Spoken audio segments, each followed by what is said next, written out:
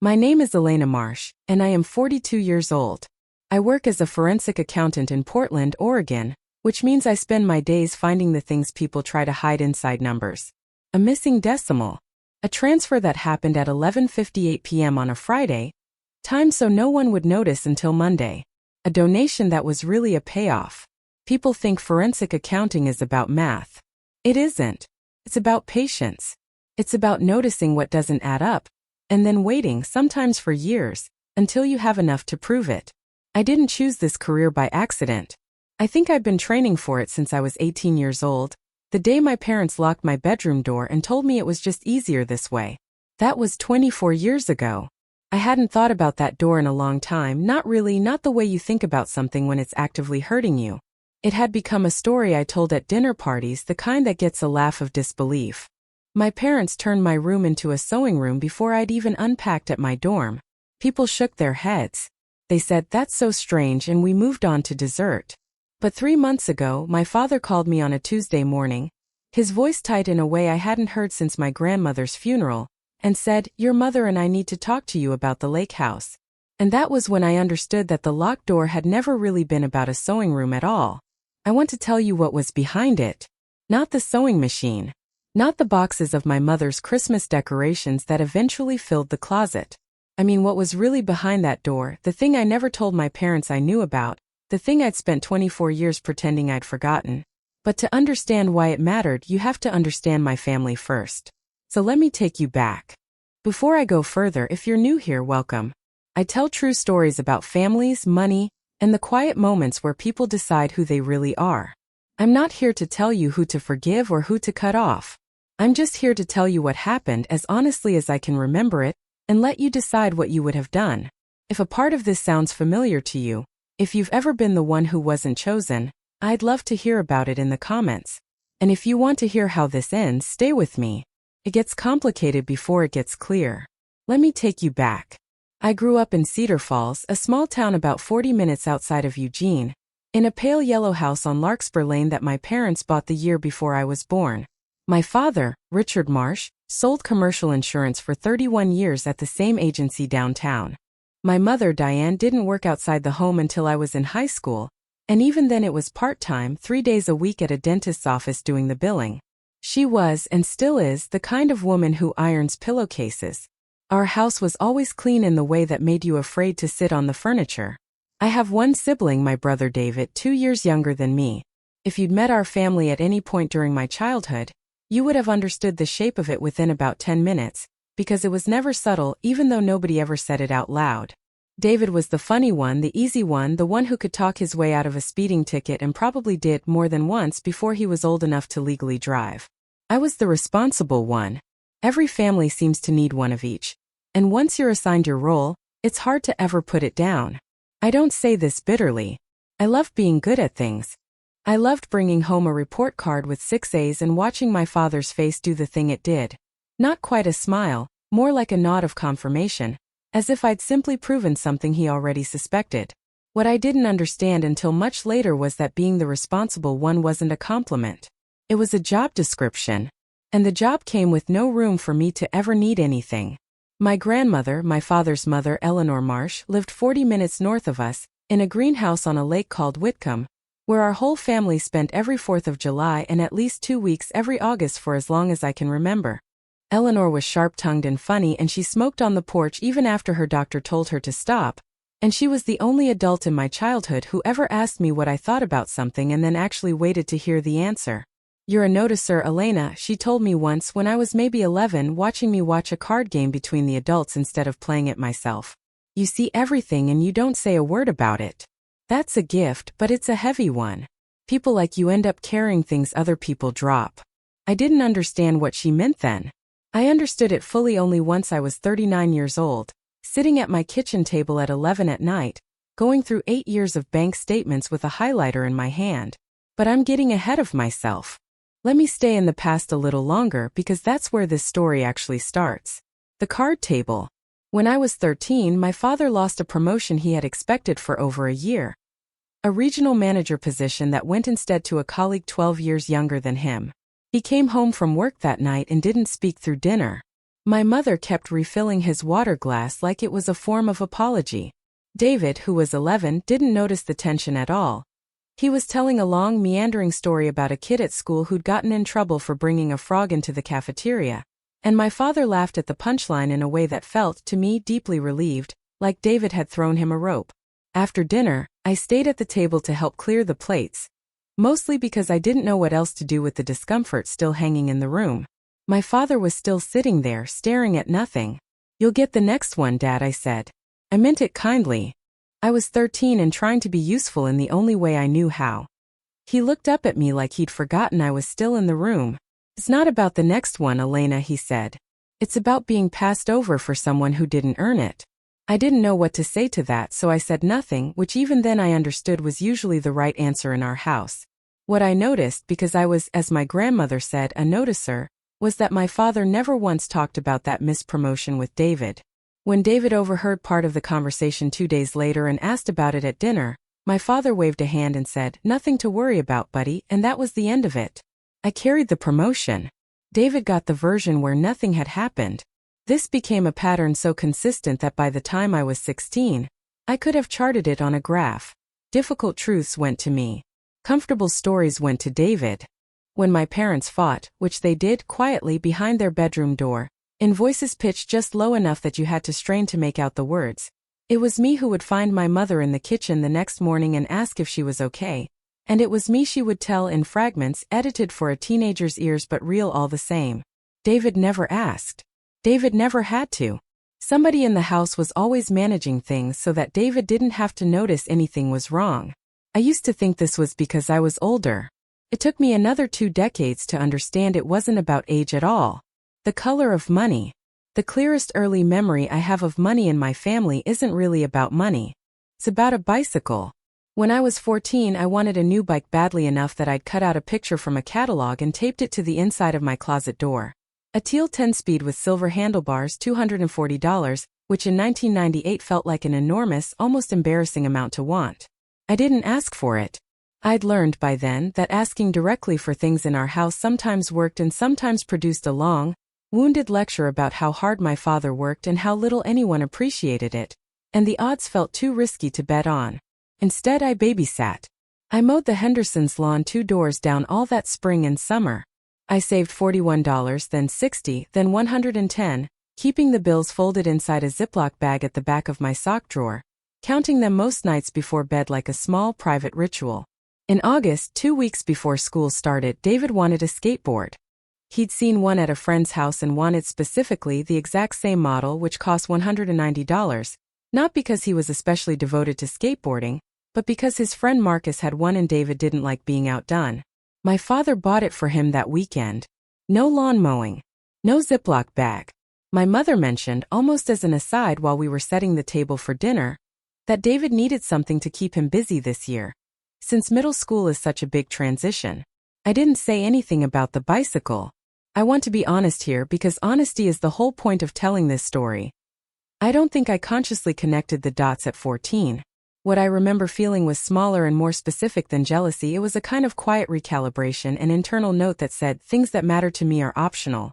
Things that matter to David are necessary.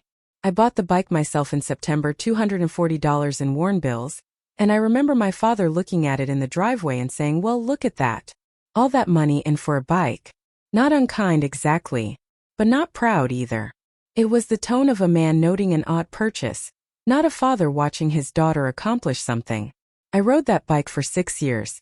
I still remember exactly how it felt to pedal home from the Hendersons after mowing their lawn, tired and sunburned and completely, quietly satisfied, because it was mine in a way nothing given to me ever quite was. Family dinner, age 17. By the time I was a senior in high school, the patterns in my family had hardened into something like weather. Not something anyone discussed, just something everyone dressed for. I was applying to colleges that year, and I'd worked hard enough that I had my choice of a few good schools, including a state school 2 hours away with a strong accounting program and a partial scholarship, and a private university across the country that had accepted me with a smaller scholarship and a much bigger price tag. I wanted badly to go to the private school. Not because it was better, I understood even then that a state school with a scholarship was the more sensible choice, but because it was far away, and some part of me that I didn't examine too closely wanted distance more than I wanted prestige. I brought it up at dinner in October, laying out both offers as calmly as I could, the way I'd learned to present anything that might be treated as a request. My father set down his fork. "You know your brother's going to need braces next year," he said. "And the Explorer needs new brakes. We can't be throwing money at a school across the country when there's a perfectly good one 2 hours from here." "I have a scholarship," I said. "It's not the full cost, but it's most of it." "Most of it isn't all of it," my mother said, not unkindly, but with the tone of someone stating an obvious fact to a child who should already understand it. I want to be clear that I didn't fight about this. I never really fought about anything in my family. It wasn't a skill I'd been given room to develop. I said okay, and I went upstairs and I cried quietly into my pillow in the specific way you learn to cry when you share a wall with your parents' bedroom.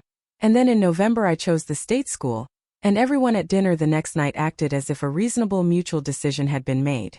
David, watching all of this from his seat at the table, absorbing the family's operating principles the way children do without ever being taught them directly, would ask for a car 2 years later, not a good car, just a car, a used Honda Civic that cost $4,000, and my parents would take out a small loan to cover it because, as my mother explained to me on the phone when I was a sophomore in college, he really needs the independence right now with everything going on at school. Nothing was going on at school. David was doing fine. But the story existed because David needed a story, and I had learned to require nothing but explanations. I don't tell you this to make David sound like a villain. He was 17. He didn't build the system, he was born into it the same as I was, and he benefited from it the same unthinking way a person benefits from a current that happens to be moving in the direction they were already walking. The people who built the system were upstairs in that pale yellow house deciding dinner after dinner year after year who got to need things. I packed for college in August of that year with a strange, hollow feeling in my chest that I couldn't name yet. I would understand it fully only on the day I actually left, the day my father helped me carry the last box down to the car, and then, almost as an afterthought, mentioned that he and my mother had some ideas for my room. I didn't think much of it at the time. I had a 4-hour drive ahead of me and a roommate I'd never met waiting at the other end. I said, "Sure, Dad, whatever you want," and I got in the car and I didn't think about that sentence again for almost 24 years. What I left behind. Here is the thing I need to tell you now, because it's the hinge this whole story turns on, and I've been circling it long enough. The week before I left for college, my grandmother Eleanor, 78 years old that summer, already slower than she used to be, though none of us wanted to say the word that was coming for her, drove down from the lake house by herself, which she almost never did anymore, and asked to see me alone in my room. She had a shoebox with her, wrapped in a plastic grocery bag, tied at the top with a rubber band like she didn't quite trust the bag to hold. She sat on the edge of my bed while I sat on the floor against my dresser, the way we used to sit when I was small, and she'd come to tuck me in during her visits. "I'm not going to make a speech," she said, which was exactly the kind of thing my grandmother said right before making a speech. "I've watched how things go in this house for 18 years, Elena, and I'm not blind, and I'm not going to pretend I am, not at my age. Your father does what he does because it's what was done to him. My husband was the same way with your Uncle Frank, favored him blind, and it took Frank 40 years and a divorce to figure out he wasn't actually the golden boy he'd been raised to think he was. I'm too old to fix your father, but I'm not too old to make sure one thing gets done right." She handed me the shoebox. Inside was a stack of letters, handwritten, addressed simply to Elena, dated across almost a decade. She'd apparently been writing to me for years and never sending them. A private correspondence meant for some future version of me she trusted more than she trusted the present one to keep things safe. Underneath the letters was a folded document, and when I opened it I found a deed, an actual property deed, to a half-acre parcel of land on Whitcomb Lake, adjacent to her own house, that she had purchased outright 11 years earlier and put in a trust with my name on it, not my father's, not David's, just mine. There was also a savings bond, $12,000, matured and cashable, made out jointly to Eleanor Marsh and Elena Marsh. "This isn't a loan and it isn't a gift you need to feel grateful for," she said. "It's yours. It's been yours since you were 10 years old, and I never told your father because your father would have found a way to make it about David within the same conversation. And I wasn't going to let that happen to this. You keep this box somewhere safe. Somewhere they won't think to look. And when you're older, when you actually need it, not when someone else decides you need it, you use it. I asked her, with the strange, careful diplomacy that children of unbalanced households learn early, why she hadn't just given the land to my father to hold for me. She looked at me for a long moment. Because your father would have sold it, she said plainly, and called it protecting your future. I hid the shoebox in the back of my closet, behind a loose panel of drywall that I'd discovered the previous winter when I was hanging string lights, and had accidentally put my elbow through a soft spot in the wall. I'd never told anyone about the hole, not even David, and I'd patched it just well enough that a casual glance wouldn't catch it, tucking a piece of cardboard and an old poster over the gap. I put the shoebox inside, replaced the poster, and never told a single person, including my grandmother, exactly where within my room it was hidden. She trusted me to find my own hiding place. That was, I think now, one of the only times in my childhood that an adult trusted me completely and asked nothing more of me than that. 9 days later, I left for college. And 3 days after that, I know the exact timing because my mother mentioned it later offhand, the way people mention things they don't realize are significant. My parents began converting my room into what they called a craft and storage space. By the time I came home for Thanksgiving that year, my door had a small brass hook and eye lock on the outside installed, my father explained, because your mother's got the sewing machine set up in there now, and the dust from the hallway gets in if the door's open, and we didn't want David rooting around in there looking for the stapler. I remember standing in the hallway outside my own bedroom door on Thanksgiving morning, 18 years old, home from college for the first time, looking at a small brass lock that had been added to a room that used to be mine, and feeling something shift in my chest that I didn't have a name for yet. Not devastation. Something quieter and colder. A recalibration, the same one I'd felt about the bicycle, except this time it had a metal latch and a physical location, and it never fully closed again. I never told them about the shoebox. I never told them about the deed or the letters or the $12,000. I let them believe they converted a plain, empty room because some instinct, the same instinct that had taught me for 18 years to notice everything and say almost nothing, told me that if they knew what was behind that drywall panel, it would disappear before I ever got the chance to open it again. I was right to trust that instinct. It would take me 22 years to find out exactly how right. If you've made it this far, thank you for staying with me.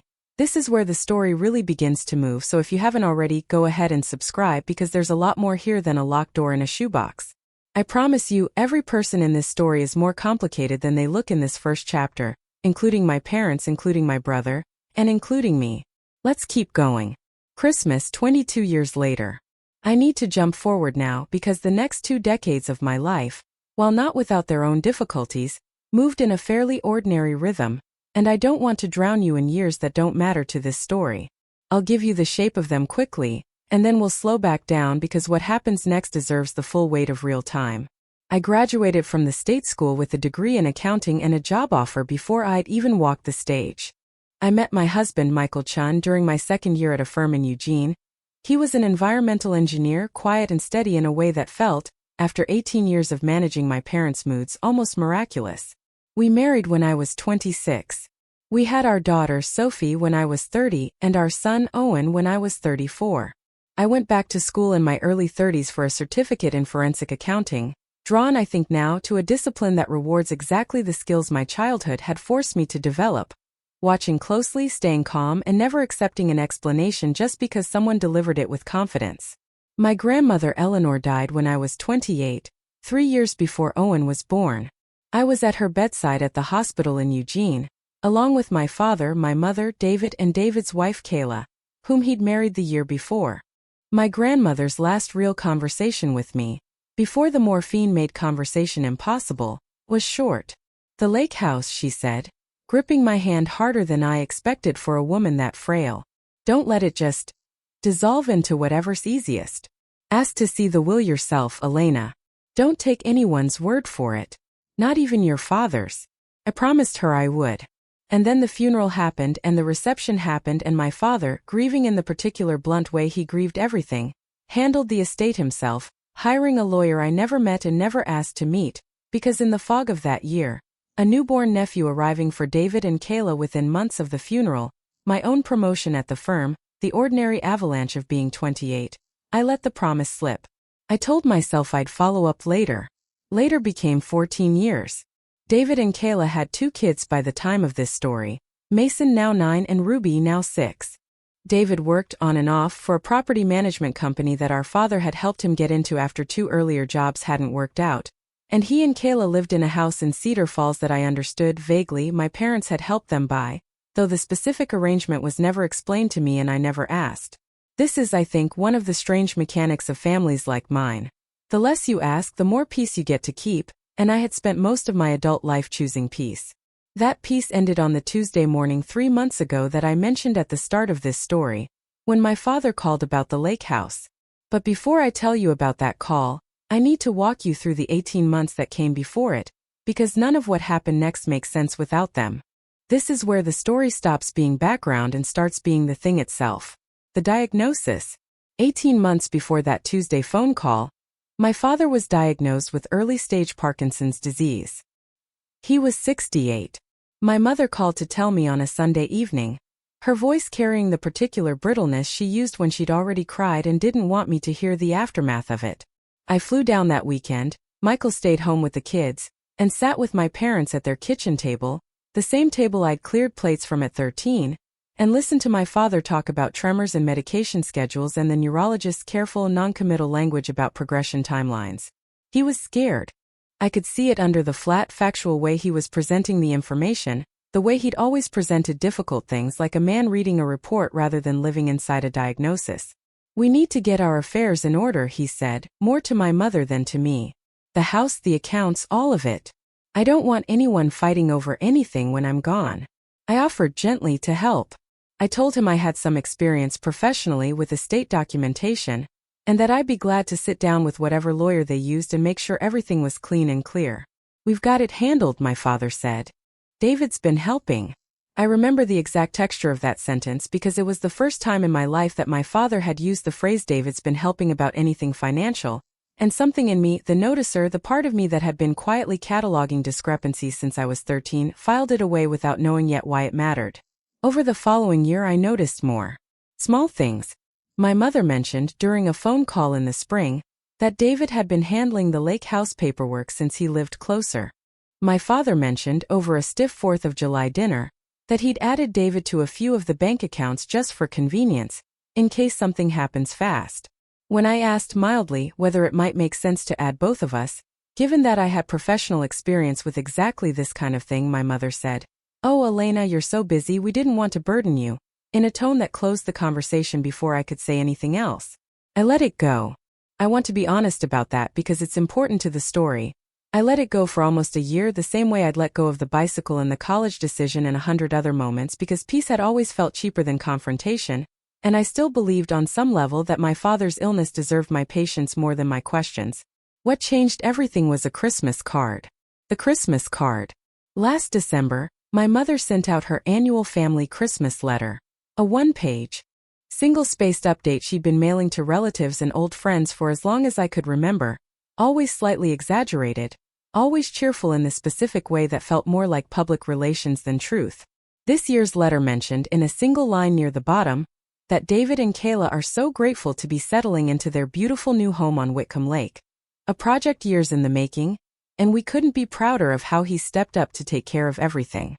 I read that sentence 3 times before I understood what it meant. My grandmother's lake house, the greenhouse on Whitcomb Lake where I'd spent every August of my childhood, where she'd handed me a shoebox 9 days before I left for college and told me to trust no one but myself with it, had apparently become David and Kayla's house. Not a shared family cabin. Not something held in trust for both of us. David's. I called my mother that same evening, keeping my voice level, the way I'd learned to keep it level about everything that actually mattered. "I saw the Christmas letter," I said. "About the lake house." There was a pause, just half a second too long. "Oh yes. Your father and I decided, given everything with his health, that it made more sense to formalize things now rather than leave it messy for later. David's closer, he's been maintaining it for years, it just made sense." "Was I part of Grandma's will for the lake house?" I asked. I kept my tone curious, not accusing, the way you'd ask about a line item you didn't quite understand rather than a betrayal you were starting to suspect. Another pause. "Elena, your grandmother's will was complicated, and honestly most of that got settled a long time ago. I don't remember every detail. You'd have to ask your father." I did ask my father for days later, on a call I made specifically for that purpose, Sitting alone in my home office with a legal pad in front of me, an old professional habit, taking notes on any conversation I suspected I might need to remember accurately later. The lake house situation is handled, Elena, he said, with the particular finality he used when he wanted a subject closed. David's been carrying the weight of that property for years, insurance, taxes, upkeep. It made sense to put it fully in his name. Your grandmother would have wanted the family to keep it, and David's the one keeping it. I would have helped with upkeep, I said. You never asked. You live 3 states away, Elena. Be reasonable. I said okay. I hung up the phone.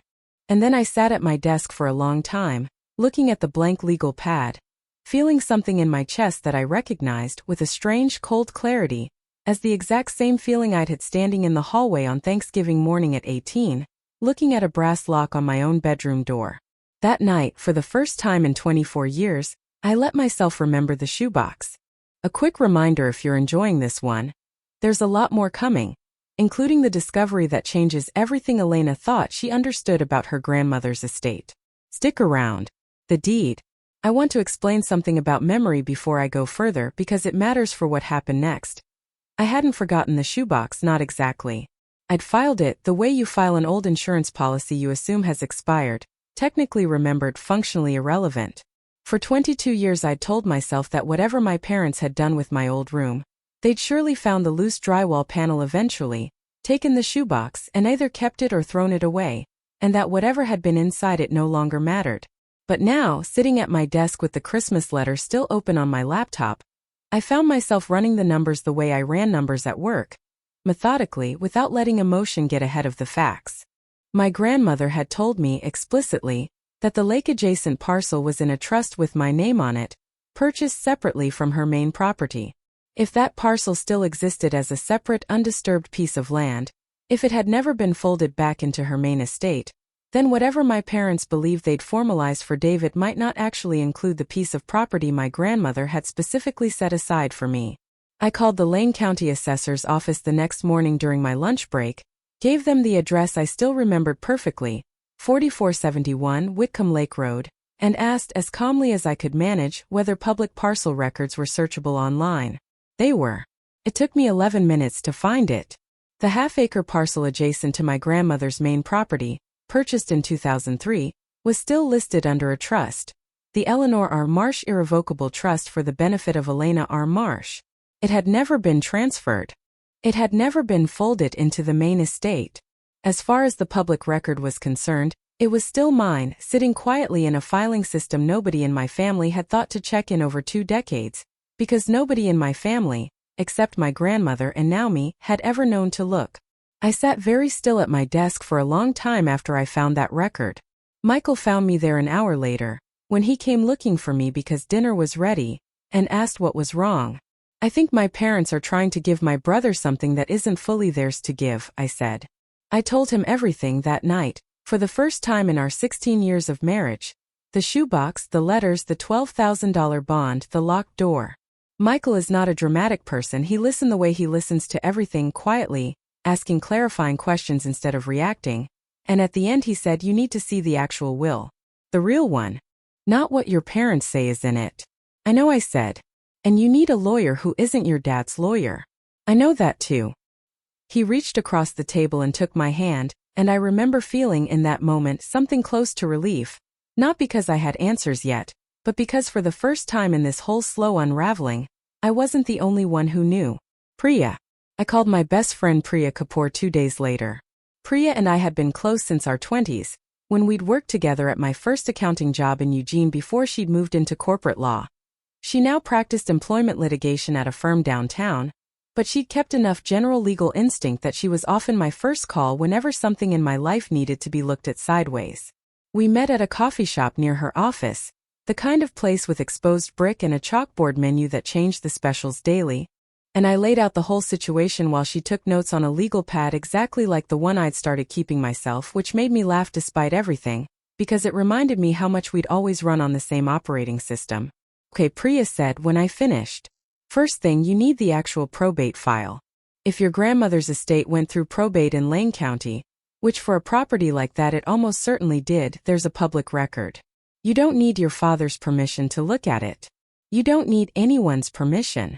It's a public record specifically because the law wants to prevent exactly what you're describing. Families quietly redirecting things behind each other's backs. And if the trust for the parcel really is still separate, then it's still yours legally regardless of what your parents think they've arranged with David. A trust doesn't just evaporate because everyone agrees to pretend it isn't there. Someone would have had to actively dissolve it or transfer it, and it sounds like nobody even knew to try. I don't want to blow up my family over half an acre of land, I said, and I meant it, mostly. Priya set down her pen. Elena, I've known you for 18 years. And in 18 years I have never once seen you ask for something you were entitled to. Not a raise you deserved. Not credit you earned. Not even the good seat in a restaurant booth. I'm not telling you to go nuclear. I'm telling you that you're allowed to find out what's actually true before you decide what to do about it. That's not blowing anything up. That's just looking. I sat with that for a long moment, stirring a coffee I'd stopped drinking 10 minutes earlier. Okay, I said. I'll request the probate file.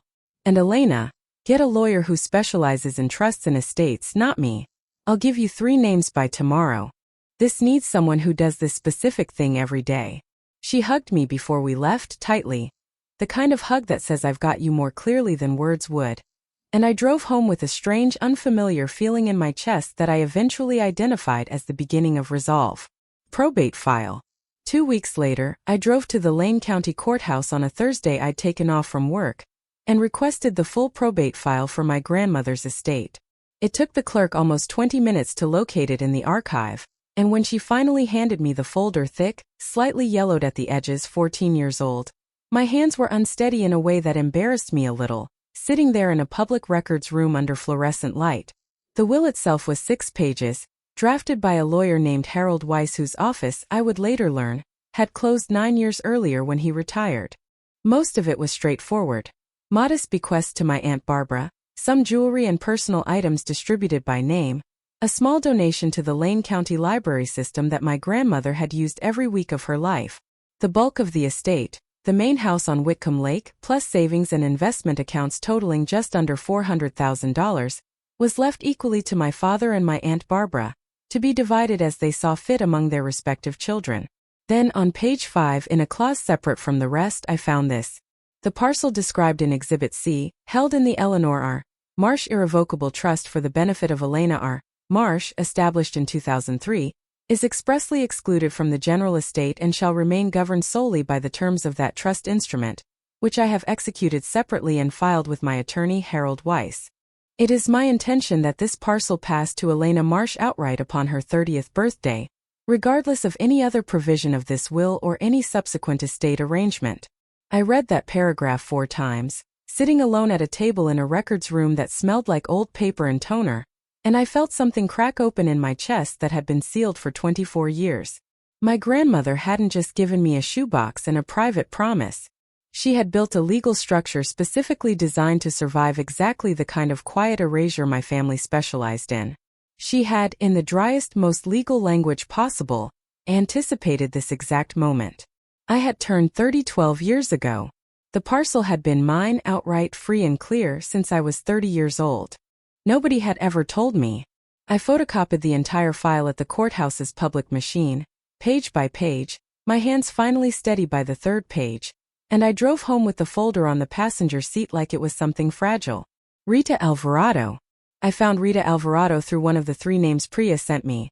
A trusts and estates attorney with an office in downtown Eugene, 22 years of experience, a reputation, according to Priya, for being extremely calm and extremely thorough, which is exactly what you need because this is not a case where you want someone dramatic. Rita was in her 50s, silver-haired, with the unhurried manner of someone who had seen every possible version of a family fracturing over money and had stopped being surprised by any of it. I brought her the probate file, the photocopies of my grandmother's original letters, which I'd retrieved finally that same week, more on that in a moment, and the parcel records from the assessor's office. She read through everything in near silence for almost 40 minutes while I sat across from her desk, resisting the urge to fill the quiet with explanation. "This is about as clean as these things get," she said, finally setting down the last page. "The trust is valid, it was never dissolved, and the will explicitly carves it out from the general estate. Whatever informal arrangement your father believes he's made with your brother regarding this specific parcel has no legal standing. On paper, this half-acre has belonged to you outright since your 30th birthday. The question isn't whether it's legally yours. It very clearly is. The question is what you want to do about the fact that your family has apparently been operating for 12 years as though it wasn't. I don't actually care that much about the land, I said, which was true. I care about understanding what happened. And I care about my niece and nephew, and David. Honestly, I don't want to destroy anyone. I just don't want to keep being the person who finds out things 3 months after everyone else. Rita nodded slowly. Then here's what I'd suggest. We don't go in swinging. We build a complete, calm, factual record, the will, the trust, the parcel records, and I'd also recommend requesting the estate accounting your father's attorney would have filed with the court, which will show exactly how the rest of the estate was distributed and to whom. If there are other discrepancies, and families like this often have more than one, we want to know about all of them before you ever say a word to your parents. You don't confront people with half a story. You confront them if you decide to confront them at all with the whole one. I left her office with a list of documents to request and a strange, calm heaviness in my chest, like the first steady weight after a long time spent unmoored.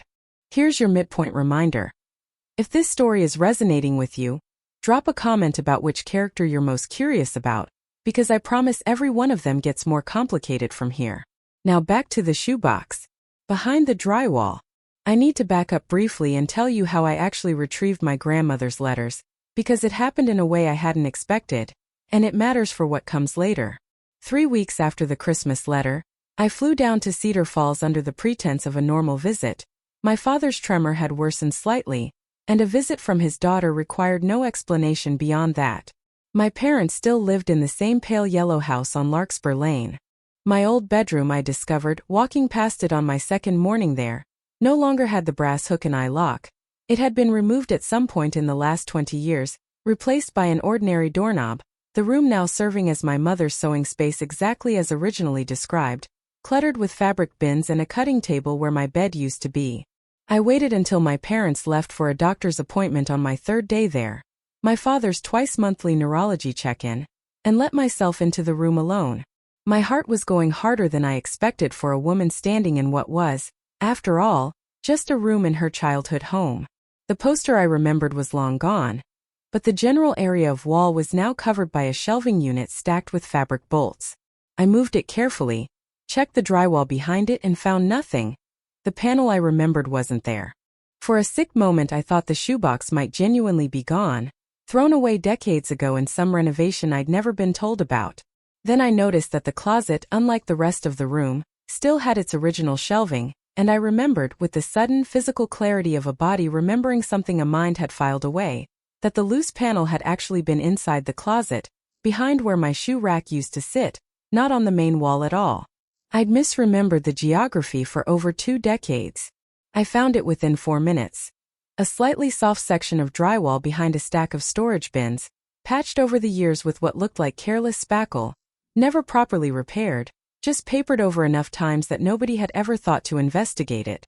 I worked it open with a butter knife from the kitchen, my hands shaking harder than they had at the courthouse, and there it was, the same shoebox, the plastic bag around it brittle and yellowed but intact, the rubber band disintegrated into a sticky residue but the box itself undisturbed. I sat on the floor of what used to be my bedroom and opened it for the first time in 24 years.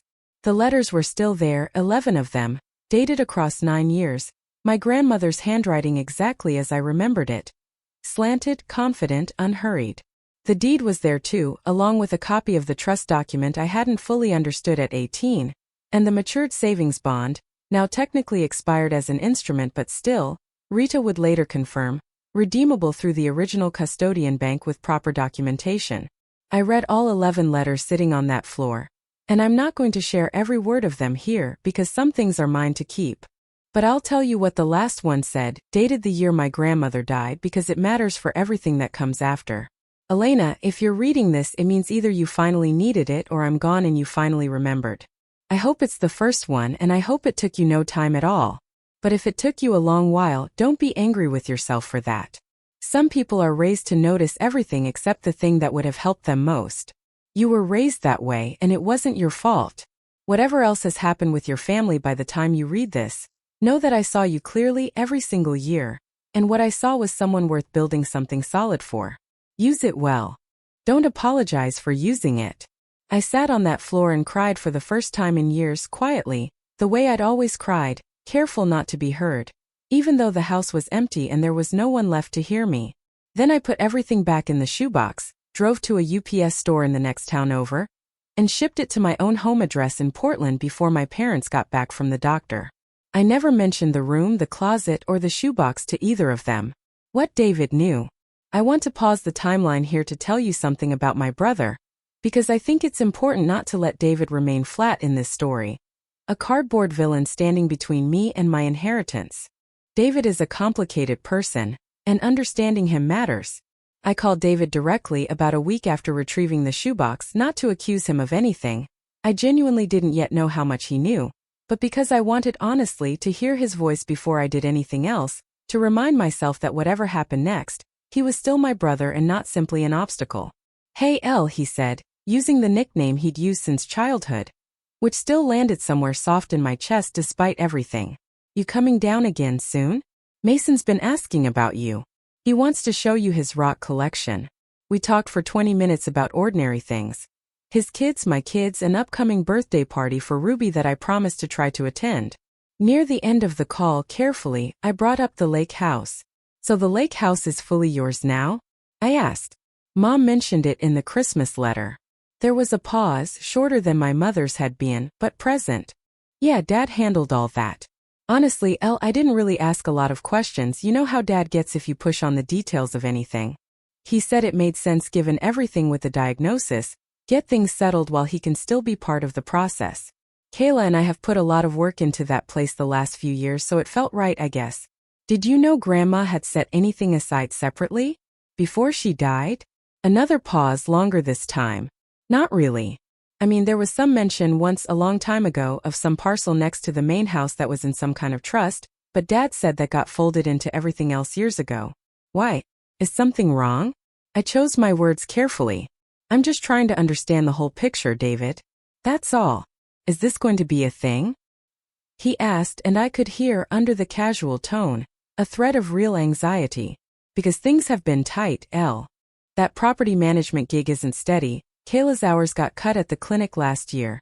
And honestly, the lake house is the one solid thing we've got right now. If there's some issue with the paperwork, I need to know because we've already put money into the dock repair and the new roof." I told him honestly that I didn't have all the answers yet, but that I would talk to him directly, and only him, before I did anything that affected him. He seemed to accept that, and we said goodbye warmly, and I hung up the phone feeling something I hadn't expected. A kind of grief for David that ran alongside my anger at my parents, rather than against it. David hadn't built this. He'd been handed it, the same way I'd been handed the role of the responsible one, and neither of us had ever been asked whether we wanted the parts we were given. That didn't mean I was going to let it stand unaddressed. It meant I understood, more clearly than before, exactly how careful I needed to be about who I was actually angry at. The estate accounting. Rita filed the request for the estate accounting with the Lane County Probate Court in early February, and it took 6 weeks to arrive. A stack of documents nearly 80 pages long, prepared originally by Harold Weiss's office 14 years earlier and filed as part of the estate's formal closing. Rita and I went through it together over 2 long sessions in her office. Most of it confirmed what I already understood. The main house and investment accounts had been split between my father and my Aunt Barbara as instructed, each side then distributing further within their own families however they saw fit. My father had apparently given his full half of the liquid assets, a little over $190,000, to David and Kayla 5 years earlier, structured as a loan for their house down payment that, according to a follow-up document Rita found buried near the end of the file, had been formally forgiven 3 years later, converting it quietly into a gift. I hadn't received any comparable gift, loan, or forgiveness. Not $1 of it. When I mentioned this to Rita, she nodded without much surprise. "This happens more than you'd think," she said. "Parents don't usually plan to be unequal. It happens gradually. One child asks for help more often, or seems to need it more, or is simply around more, and the parent starts saying yes without ever formally reconciling the running total. By the time anyone looks at it as a whole, the imbalance has become enormous, and nobody involved thinks of themselves as having done anything wrong, because no single decision in isolation felt unfair. So legally, is there anything to challenge here? I asked. Or is this just the truth and I have to live with it? The general estate distribution to your father was legal, and it was his money to give however he wanted once it was his, Rita said. You have no legal claim on how your father chooses to spend his own inheritance, even if it feels deeply unequal. That part, I want to be honest with you, is not something the law is going to help you with. What the law absolutely will help you with is the separate trust, the lake parcel that was never legally part of the general estate at all, and was never legally his to redirect toward David in the first place. That part isn't a matter of fairness. That's a matter of ownership.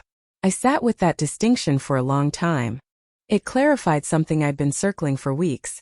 I wasn't chasing a claim to be treated fairly by my parents, which I now understood with a strange settling calm I was probably never going to get and possibly never had a legal right to expect. I was reclaiming something that had never stopped being mine, regardless of what story my family had told itself about it. Dr. Feld. Around this time, at Michael's gentle suggestion, I started seeing a therapist, Dr. Naomi Feld, whose office was a 20-minute drive from our house, tucked into a converted craftsman near the river. I want to include this part of the story honestly because I think people sometimes skip the therapy chapter when they tell stories like mine, as if the legal strategy is the real story and the emotional work is just scenery. It wasn't scenery. It was, in a lot of ways, the actual engine of everything that came after. You've spent 4 months, Dr. Feld observed during our third session, building an extremely precise, well-documented case for something you keep telling me you don't care that much about. I don't care about the land, I said. It's half an acre. It's not really about the land. I know, she said. I'm asking what it's actually about. I sat with that question longer than I sat with most of her questions. I think I said finally it's about finding out at 42 years old whether I was ever actually as invisible as it felt.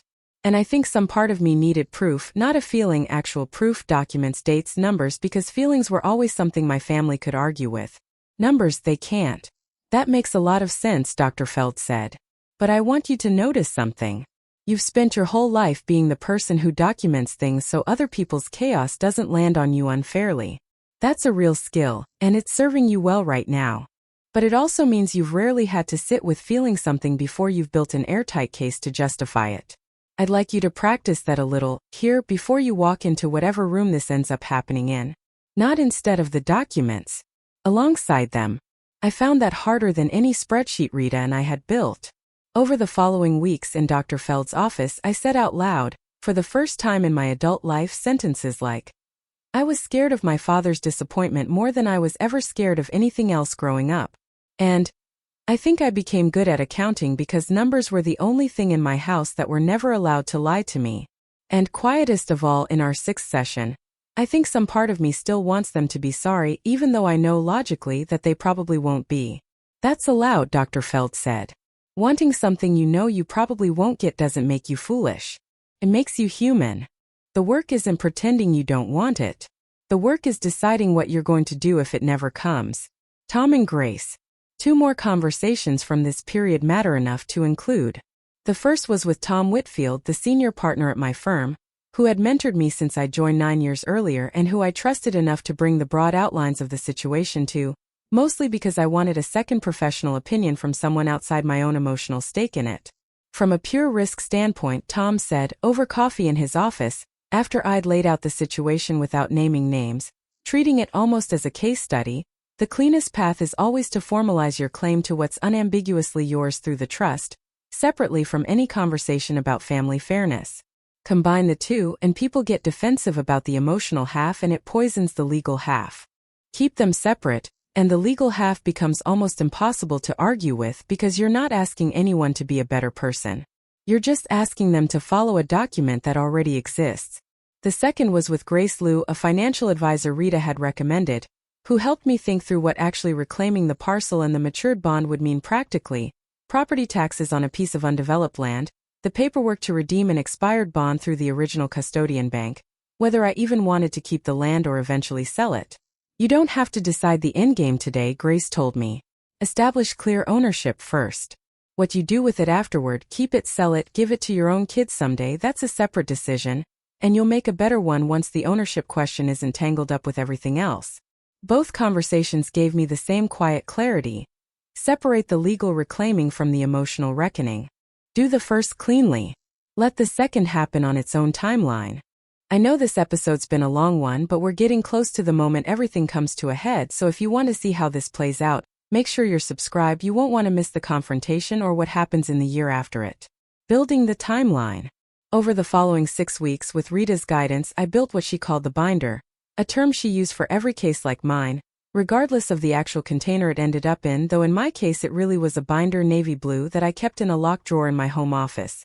Inside it, the original will, the trust document, the parcel records from the assessor's office, the full estate accounting, copies of my grandmother's 11 letters, a photograph I'd taken of the shoebox and its contents the day I found it, and a typed, dated timeline of every relevant event from 2003, when the trust was established, through the present.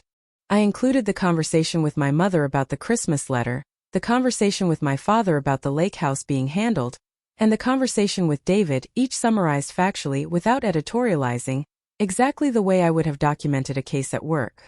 Rita reviewed the full binder in late March and told me it was, in her professional opinion, one of the cleanest and most thorough personal cases she'd seen in 22 years of practice. You could send a formal legal notice tomorrow and never speak to your parents directly at all, she said. Some clients prefer that. It's cleaner in a sense. Everything goes through attorneys. No direct confrontation required. I don't want that, I said, and I was surprised by how quickly and clearly the answer came. I want to say this myself. I've spent my whole life letting other people control when and how hard truths got delivered in my family. I'm not going to let a lawyer's letter do this one for me. Rita nodded slowly. Then let's talk about timing and setting. We settled, eventually, on Easter, a holiday 6 weeks away that my family had celebrated at my parents' house every year of my life, with my Aunt Barbara and her family typically attending as well, which meant the setting would be neither as isolated as a private conversation nor as performative as a full holiday audience like Thanksgiving. I wanted David and Kayla there. I wanted my parents there. I didn't particularly want an audience of extended cousins, so I made sure, through a quiet conversation with my mother, that this year's Easter would be kept small, just our immediate family, which she readily agreed to, since my father's tremor had been making larger gatherings harder for him anyway. Preparation. In the 6 weeks before Easter, I did the quiet, unglamorous work that Rita called preparation and that I would come to think of privately as building my own version of the shoebox, a structure sturdy enough to survive whatever my family's initial reaction turned out to be. I redeemed the matured savings bond through the original custodian bank, a process that took 11 business days and one notarized affidavit confirming my identity, and had the funds, just over $12,000, unchanged since my grandmother's original gift, though inflation had quietly eaten a third of its real value in the decades it sat unclaimed, transferred into a separate account I opened specifically for this purpose, keeping it entirely apart from our household finances so there would never be any ambiguity about whose money it was or where it had come from. I had Rita formally file, with the county, a notice re-establishing clear title to the parcel under my name, a process that generated a small flurry of official paperwork but no actual dispute, since no one else had ever filed a competing claim. The property on paper had simply been quietly sitting there for over a decade waiting for someone to notice it belonged to me. I updated my own will with Rita's help, formally naming Sophie and Owen as beneficiaries of the parcel should anything happen to me, closing the loop my grandmother had opened 22 years earlier and making sure that whatever quiet erasures might tempt some future generation, there would be a clear, unbroken paper trail this time, permanently. I told Michael everything, every step, and he came with me to 2 of the meetings with Rita, not because I needed his permission for any of it, but because I wanted a witness in my life who wasn't paid to be there. And in the final 2 weeks before Easter, I did something I hadn't originally planned. I called David again alone and told him, not everything, but enough that I had discovered a legal issue involving a piece of property that had, in fact, always belonged to me separately from the rest of Grandma's estate, and that I intended to raise it with our parents at Easter, and that I wanted him to hear it from me first rather than be blindsided in the room. He was quiet for a long moment on the phone. How separately are we talking, Elle? The half-acre parcel next to the main house, I said. Not the house itself. Not your equity in it.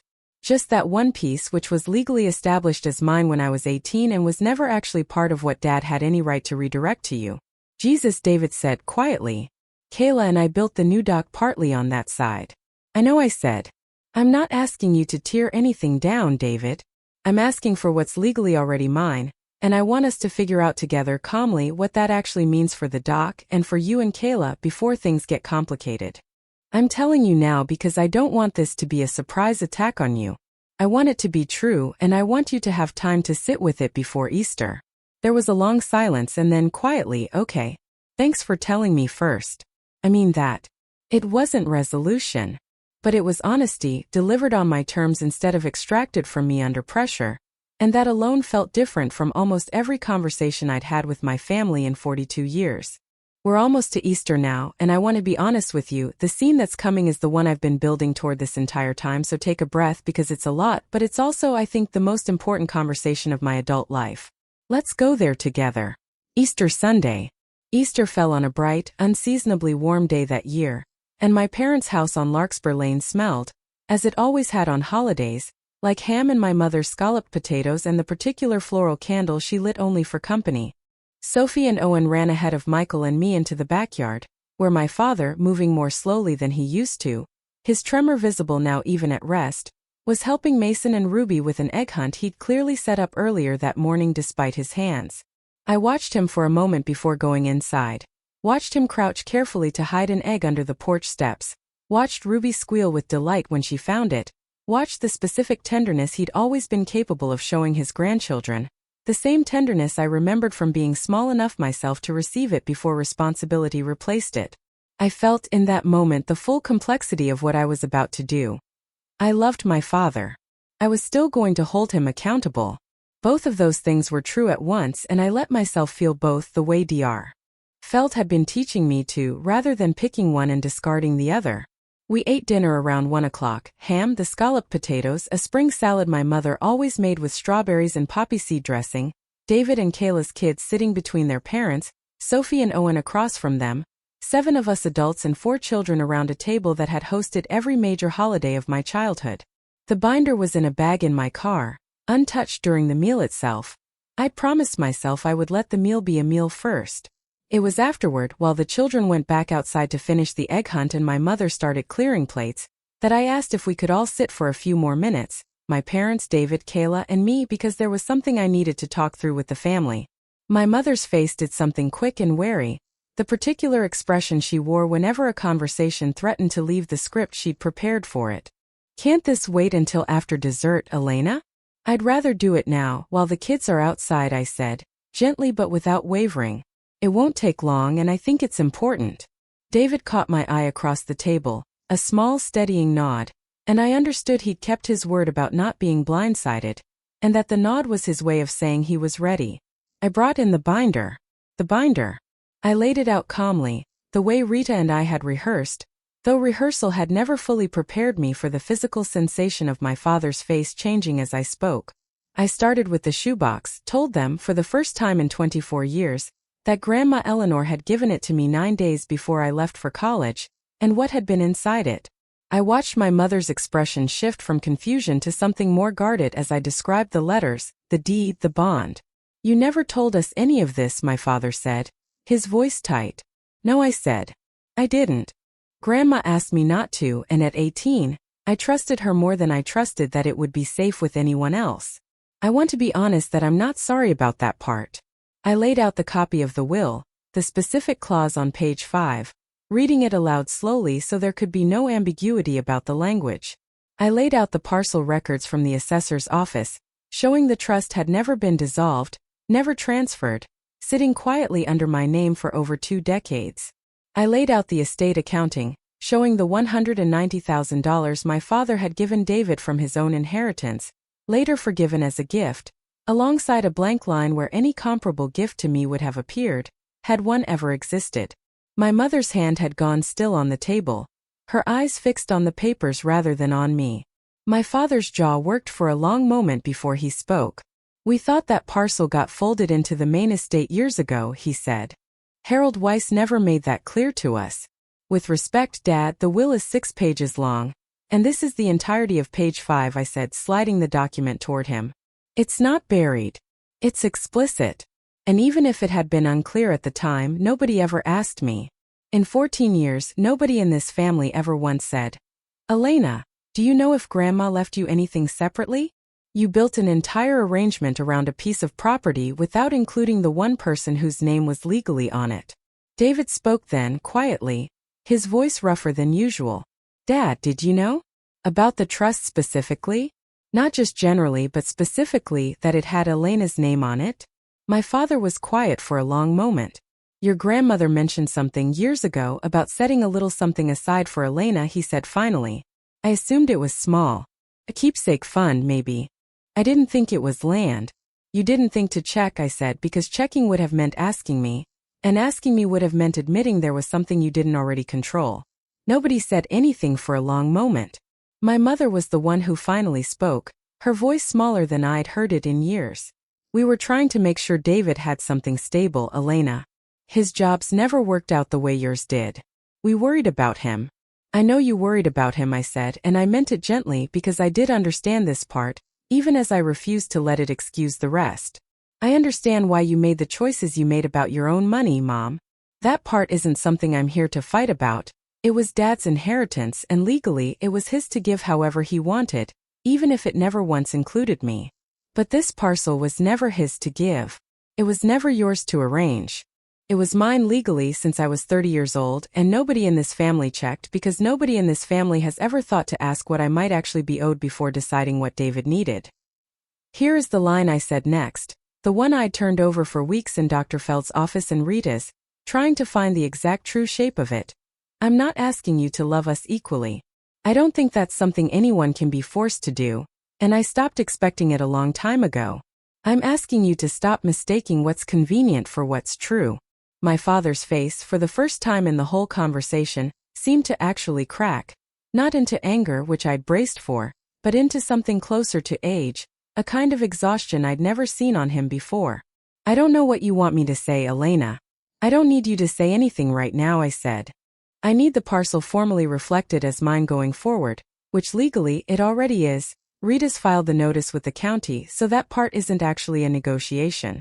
What I'd like, if you're willing, is to sit down with David and figure out together what to do about the dock he and Kayla built partly on that section, because I don't want to punish him for something he didn't create. David let out a breath I hadn't realized he'd been holding.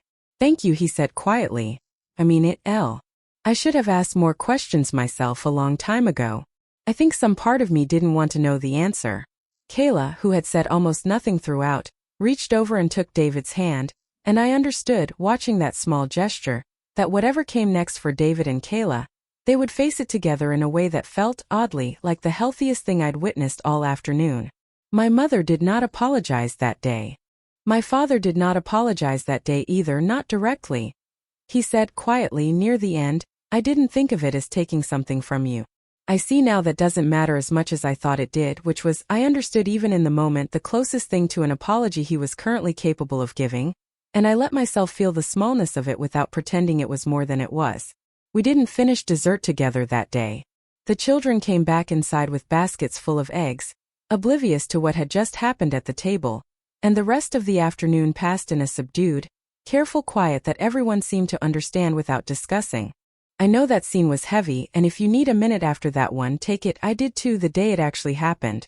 If you've ever had to bring receipts to your own family just to be believed, tell me about it in the comments.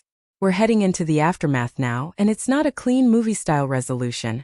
It's slower and more honest than that, so stay with me for the last stretch. The weeks after. The month following Easter was quieter than I expected, though not in a peaceful way. More in the way a house goes quiet after an argument nobody's finished processing yet. My mother called twice in the first 2 weeks, both times about ordinary things. A recipe, a question about Sophie's summer camp schedule. Neither call mentioning Easter at all, which I understood as her particular way of trying to restore normalcy without addressing the thing that had disrupted it. I let the calls stay ordinary. I didn't force the subject and I didn't pretend everything was resolved either. I simply let both things be true, the way Dr. Feld had been teaching me. My father didn't call at all for 3 weeks, which worried me more than I expected it to, given everything. When he finally did call in early May, it was to ask stiffly whether I'd be willing to come down and look over some of the estate paperwork properly this time, since you clearly know more about this than any of us do. It wasn't an apology. It was, I recognized, an offer of something closer to respect than he'd ever extended to me before. An acknowledgement, indirect but real, that my judgment on financial matters was something worth deferring to rather than working around. I went down 2 weekends later, and we spent an afternoon at the kitchen table, the same table, always the same table, going through the actual current state of his and my mother's finances, openly this time, with both of them present and both of them asking me direct questions instead of managing information around me. It wasn't warm exactly, but it was honest in a way very little in our family history had ever been. David and I met separately without Kayla at a diner in Cedar Falls the following week, and talked for almost 2 hours about the dock, the parcel line, and eventually about things that had nothing to do with either. He told me near the end that he'd started seeing a financial counselor at Kayla's suggestion, to actually understand where we stand instead of just hoping it works out, and I told him honestly that I thought that was one of the best things I'd heard all year. "I'm not going to pretend I'm not a little jealous of you," he said, turning his coffee cup slowly on its saucer. "You always seem to have it more together. I didn't realize how much of that was just you doing everything yourself because nobody ever did it for you. I didn't realize how much of your side was just never being handed the tools to ask for anything specific," I said. "Mom and Dad taught me to document everything because nobody would just tell me the truth. They taught you to expect things to work out because someone would always step in. I don't think either version was really a kindness." We agreed that afternoon that the dock would stay where it was, a small physical compromise that mattered far less than the conversation surrounding it, and that David and Kayla would pay a modest, fair market lease for the portion of my parcel their existing structure actually crossed onto, formalized through RETA, reviewed annually. It wasn't generous in the way growing up in a different family might have made generosity easy. But it was honest and it was equal, and both of us, for the first time in our adult lives, had actually negotiated it together rather than having it arranged around us. 6 months later. By late autumn, 6 months after that Easter, the shape of my family had settled into something new. Not repaired exactly but recalibrated, the way a scale finally balances after years of sitting tilted so long everyone had simply stopped noticing the tilt. My father's Parkinson's had progressed slightly, the tremor more visible now even during simple tasks like buttering toast, but he had, surprisingly, become more talkative with me on the phone than he'd ever been in my life, calling sometimes just to ask my opinion on a financial decision or, once unexpectedly, to ask what I remembered about my grandmother, a question he'd never once asked me before. I understood slowly that some part of him was trying, in the only language he had access to build something closer to the relationship he perhaps wished he'd built all along. My mother remained more guarded, though she'd started in small ways, including me in decisions she'd have once made silently, asking my opinion on holiday plans, mentioning, unprompted, a conversation she'd had with David about making sure things stay fair going forward. A phrase I don't think she'd have used 6 months earlier without irony. David and Kayla were doing better financially, in part because of the counselor, in part because David had finally applied for and gotten a more stable position managing a small commercial property portfolio, a job he told me with real pride in his voice, he'd found and secured entirely on his own. I visited the lake house myself for the first time in years that October, walking the half-acre of my own parcel alone one afternoon while Michael and the kids explored the shoreline with Mason and Ruby. It was smaller than I remembered from childhood, a gentle slope down to the water lined with cedar and salal, the new dock visible just past the property line, a physical reminder of the compromise David and I had reached. I sat on a fallen log near the water for a long time, thinking about my grandmother sitting on my bedroom floor at 18, handing me a shoebox tied with a rubber band, telling me not to apologize for using it well. I hadn't apologized. I found sitting there that I didn't need to. 3 years later. I'm writing the final part of this story almost 3 years after that Easter, and I want to tell you honestly that it isn't a fairy tale ending, because I don't think real families produce those, and I'd rather tell you the truthful version than the satisfying one, even though in its own quieter way, this version has turned out to be satisfying too. My father passed away 18 months ago, the Parkinson's progressing faster in his final year than any of us expected. I was there, along with my mother, David, and Kayla, in the same hospital where my grandmother had died 14 years earlier. In his last lucid week, my father asked to speak with me alone, and told me, in a voice smaller than I'd ever heard from him, that he was proud of the life I'd built, and that he regretted, more than he could properly say, the years he'd spent making me prove I deserved things he'd simply assumed David was owed. "I don't expect you to forgive all of it," he said. "I just wanted you to hear me say it plainly while I still could." I told him I forgave him for what that was worth, which was not everything, but was not nothing either, and I held his hand, and I did not need him to say more than he'd already said, because I had learned finally that some repairs are partial by nature, and a partial repair honestly offered is still worth more than a complete one performed only for show.